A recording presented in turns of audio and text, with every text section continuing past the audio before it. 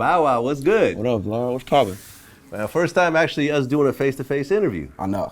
We've interviewed you before for Sneaker Watch. Yeah, for sure. You know, for at sure. GB's. Yeah, sure. But this is the first time me and you actually sitting down. One-on-one. You're right. You're right. Definitely a pleasure. No, for sure. We came a long way. Oh, so, yeah. Yeah, for sure. So at what point did, you go from just wanting to be a rapper and, writing rhymes in your house to, okay, something's actually happening, people are interested in me, I might get a record deal, that type of thing? For me, it probably started at no bullshit. At 5, I knew what I wanted to do. 5 years old? 5, I knew what I wanted to do. Okay. What's crazy was I wanted to be a comedian at first. Okay. That's what's up. That's what happened naturally at first. From that, it became imitating people. Then, my mom's, she would always just play like, hip hop and just rap throughout the house, you know what I mean? So, trying and wanting to be a comedian, I just started imitating what I was hearing. So I would pick up things like a brush or a remote control for a mic or, things that symbolize a microphone, and then it was just like, boom, it was on. It wasn't until I got on stage at the Chronic tour with Snoop and Dre, and they started throwing money on the stage and shit, then that's when my mom knew, like, okay. Like, how old were you on the Chronic tour? I was 5 years old on the Chronic. I was my daughter's age on the Chronic tour. How does a 5-year-old get on stage at the Chronic tour? Like, what led up to that? No lie, my mom had got some tickets. I was born in Columbus, Ohio, and the Chronic tour I stopped through, and my mom seen what I was doing around the house, and she was just like, at that time my name was Kid Gangsta because I was a kid and I loved gangster rap, NWA. Your first name was Kid Gangsta? Yeah, Kid Gangsta. Okay. All I would listen to was West Coast music, like nothing else. It was just West Coast heavy influence. And then, my mom got these tickets and she was like, I'm gonna take them.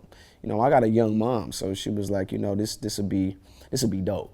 And just so happened that AJ Johnson at the time was the tour host. So during the intermissions, he was, playing with the crowd in the audience. He was like, yo, somebody wanna come on stage and kick some shit? Like, who wanna come? In front of like 21,000. So I'm in the middle of the audience. My mom, they hold me up, like, pick the kid. And they picked me. AJ picked me. I go up on the stage, I start bussing. The whole crowd start throwing money on the stage. And then they was like, who the fuck's on the stage out there? And then that's how the word got back. And then, Snoop and them was like, bring the little dude to the back. Okay. And it was history from there. And they said, what we gonna do? We gonna put him on the tour. We gonna rename him, because on the tour I was Lil Snoop. And then Snoop was like, nah, he a son I never had, but he's a spawn of me. So if I'm the big dog and I'm Big Bow Wow, we gonna name him Lil Bow Wow. So he is Lil Me, but instead of Lil Snoop, we gonna call him, Lil Bow Weezy. That's gonna be his name. Okay. And after that, it was on. So what was it like being a 5-year-old, suddenly being thrown on stage and meeting Snoop and everything else like that? It was crazy because I was so young, I really didn't know what was going on. I remember asking my mother, like, did they boo? Like, did they boo? Because, when it was so much money, like, being thrown on the stage. From every direction. The only thing I'm thinking, I'm like, motherfuckers throw shit at you on stage, you getting booed. But it was love, and I remember just picking up all the money. You know what I mean? I swear to God, I'm like, it was yesterday. I remember just picking up all the money, and what they did was, it was crazy. My mom allowed me to go on that tour alone. My mom had to work, and I spent a lot of time with Snoop's background singer, my bad, and she pretty much, told my mom, like, I got him, I got him. If you need anything or whatever the case may be, you just call me and let me know. My mom let me go. Right, because when you look back on that situation, most moms would have been like, no, I'm not gonna let my 5-year-old go with a bunch of strangers, no relatives, At that, we're talking Death Row Records too at the time. Death Row Records, which has a reputation to this day. It's so interesting how your life could have gone a completely different, separate direction, because if she didn't allow you to go on that tour, you might be working a regular job right now, talking about, oh man, I was on stage back when I was 5. Like, yeah, okay, man. Nah, you're right. Or you had too much to drink. Or I would have panned out and been on Death Row and probably would have been a whole nother artist from what the world, knows me for now. I probably would have been gang banging and just, all kind of shit, because I was 5. They had me, I was influenced by everything that I see, and that's all it was around Death Row at that time. Okay, so being, you were young, you were only 5 years old, and I'm sure you're being shielded from a lot of stuff, but what was some of the craziest stuff that you saw as a 5-year-old being on that tour? I remember just being in the studio, and I don't even think it's sessions. Like, it's crazy when you can walk in the room and you can see Snoop, Dre, the Dog Pound in one room. You can leave out one room, Pac in one room working. I remember sneaking into Pac's booth one time. Me and Snoop's background singer's son. We wanted to get a closer glimpse. You feel me? We actually got in the vocal booth and was just watching him. You know what I mean? Just things like that. Just the 90s era of just hip hop period, it was crazy. You know what I'm saying? Not too many artists today can say that they even lived or saw that period. They might have been fans of the music of that period, but I was actually in the mix. I just remember just a million dogs, pits running around the studio, loose. I mean, it was, you had to bring your shit around there. You know what I mean? If it was whack, you definitely gonna get told. I mean, it was, Suge had that shit tight. He wanted the best out of everybody, including myself. I remember Corrupt writing my first rap ever. And if I play that shit for you, at 6, I don't think I cursed that much in my life. Ever, you know what I mean? So I definitely remember that. I definitely remember Corrupt writing my first record ever on Death Row. It was supposed to be on the Murder Was a Case soundtrack, no bullshit. Okay. And it ended up not making it, and they ended up putting it on the Death Row Greatest Hits album. And it's on YouTube. I listen to the record every now and then. It's crazy hearing me talk about the shit that I was talking about in those verses. So you're 5 years old, you go on the Chronic tour, you're hanging around everyone at Death Row, Tupac, Dre, Snoop, everything else like that. Yeah. But you end up not signing to Death Row. Right. And why is that? Snoop, the reason why we didn't stay on Death Row was predominantly it was Snoop. I was Snoop's protege. At that time, Snoop was going through, once Dre left, then Dog was stuck there. He was going through his battles with the label and, trying to figure out what he was going to do in his career. He didn't want that to overshadow me. The whole time he had me, he felt like this kid is going to be like a superstar, but I just got to put him with the right person because the shit that's going on around here at Death Row is no place for no kid at all. Right. And it's kind of like, the star that I know he can become, I don't believe that this is the right system for him to shine like that. I don't want to hear him talking about gangbanging. I don't want to hear him, and that's what's gonna happen because on the label, when you had Malik and you had all of them motherfuckers was hard. You know what I mean? We talking about 13, 14-year-olds, hard. Yeah. So he seen what they did with them, so he didn't want me to follow suit. So for him, it was like, I know the one person I can call and put him with, and everything gonna be everything, and that's Jermaine. And right. Snoop had relationships with Criss Cross, and so he knew. Brat was heavily West Coast influence. If you pay attention to Chris and Chris, once they got older, how they was rocking the flannels and they was West Coast out. That was because of the culture. They'll be out here hanging out with Dog. You know what I'm saying? So it was kind of like he knew already. Oh, let me call the homie JD. This is gonna work. And it's been years since Jermaine had a young artist really like that. So once they made that move, it was like, it worked.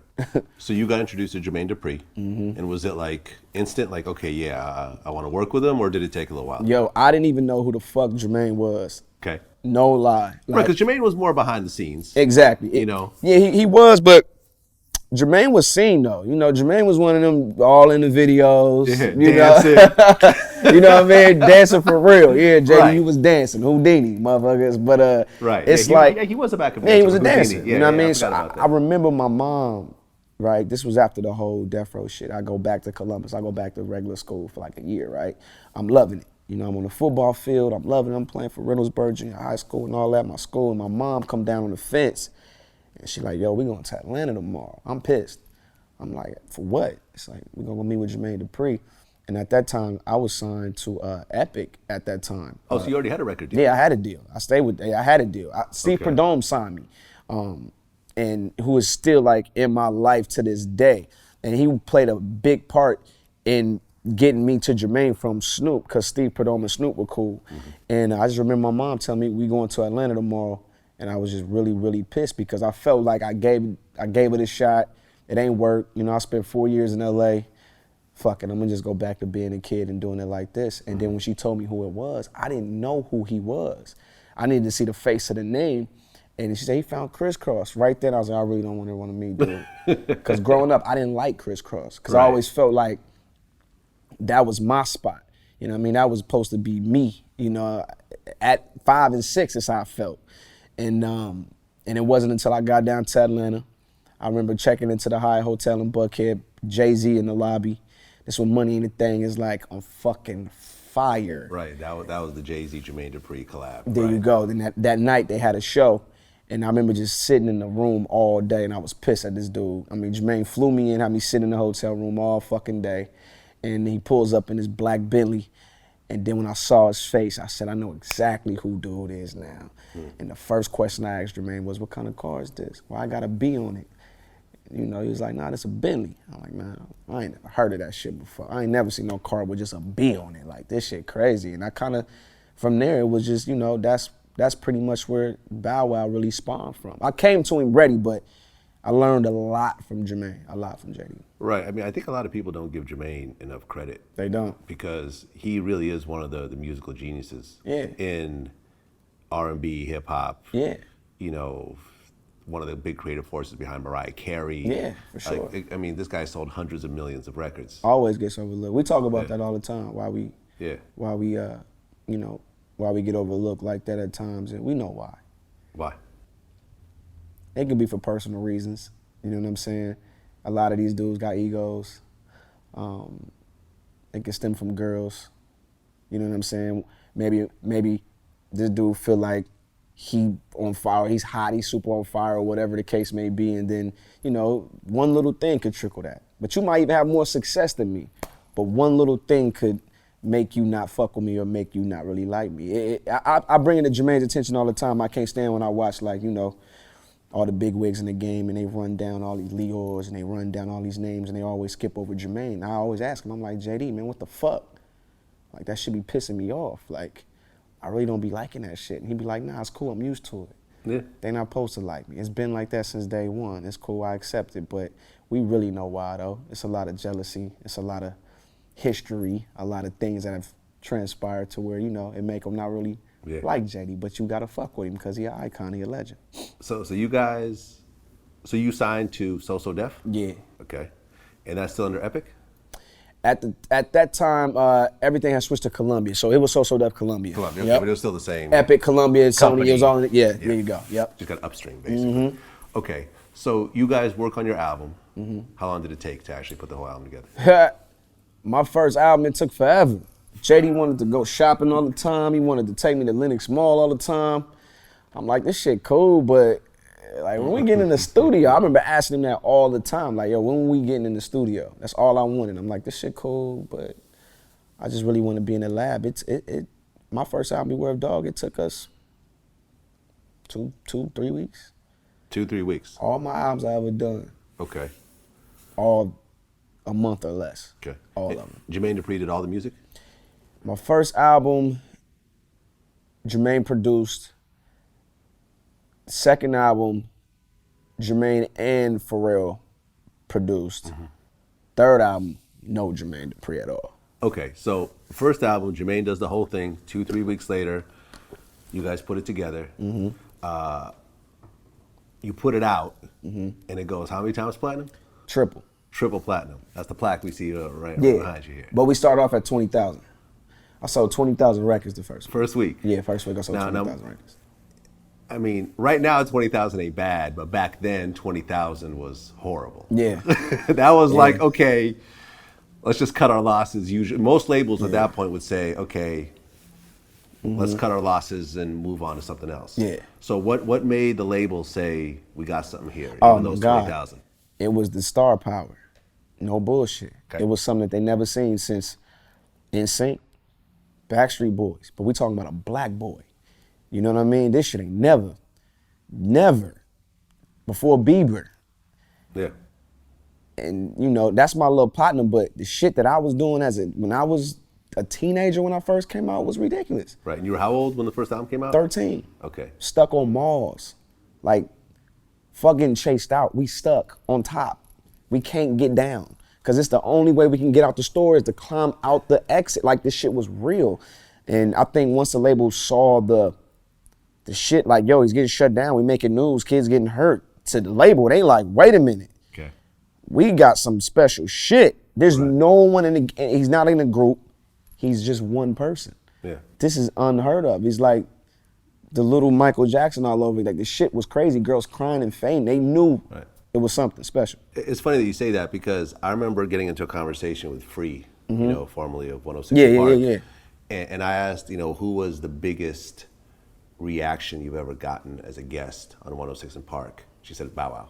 Lil Bow Wow. She said that the reaction was like Michael Jackson. She said people lost their shit. Like little girls crying, screaming, passing out. Like it was like on another level. It was. It's not even saying, oh, I was Michael, or no way, shape, or form, but it was just the comparisons. It's like, you know, the hair too. It's like when we watch Kobe, it's like you think Jordan. We know he's not Mike, but damn, there's a lot of things that resemble that. You know, he's not here no more. He doesn't play, so we will accept this. And it was, you know, it was just the fainting. It was the crying. They knew, yo, this dude has some shit going on that no one has.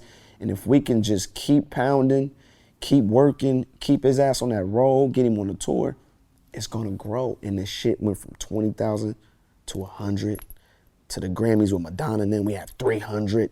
From 300, we go on tour, now we had 600,000. We gold, then we platinum.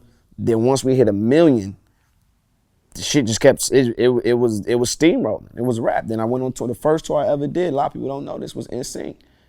Me as Bow Wow, like off this first album, it was Bow Wow and NSYNC. I was opening up for NSYNC at 13 years old. Right, and for people that don't know, at the time NSYNC was like Rihanna? Bigger Bigger than Rihanna. The No Strings Attached tour? Motherfuckers came down with the ba with the puppets. Man, that shit was real. Man, we did that. We opened up for them. You feel me? And that shit was crazy. And then that just did it. Okay. So you're 13 years old. Yeah. You've sold 3 million albums. You're opening up for the biggest group on the planet. Yeah. Like, what does that do to a 13-year-old's ego? Absolutely nothing. It does nothing. Because the only thing that I was concerned about was being a kid. You know, when I remember the label would come up and present me with these plaques. I remember Jermaine like, man, you gotta take a picture, man. I'm like, man, but I wanna like, man, just shut your ass up there and take this damn picture. All right, cool, I'm about to ride off. Like, I'm riding off. I just wanna be a kid. You know what I mean? You see, when I got the call to even go meet Jermaine, I didn't wanna go. I wanted to continue to play football. Even when I was at this age, I never stopped being a kid. Never stopped being a kid. That was more important to me. And throwback jerseys was way more important than selling records. I had no clue what this shit meant. Okay. I had no clue what that meant. Well, because you didn't really know what money meant back then. Yeah, I'm like, okay, cool. Where's the fans? Where's the stage? Where's the girls? Where's the Michelin S throwback jerseys? I'm a fan of Drake. I'm a fan of the idea of Drake. So, no disrespect against Drake. What do you mean by the idea of Drake? What does that mean? Meaning that if he has a ghostwriter, he's an idea. He's not meaning that it's a perception created that he's not really writing the lyrics, and it's just like here, let's make this in the factory and put it out. I'm just on top of my game right now, Vlad, and I'm just getting blessed. I'm booked 4 or 5 times a week, 60, 75K a show, man.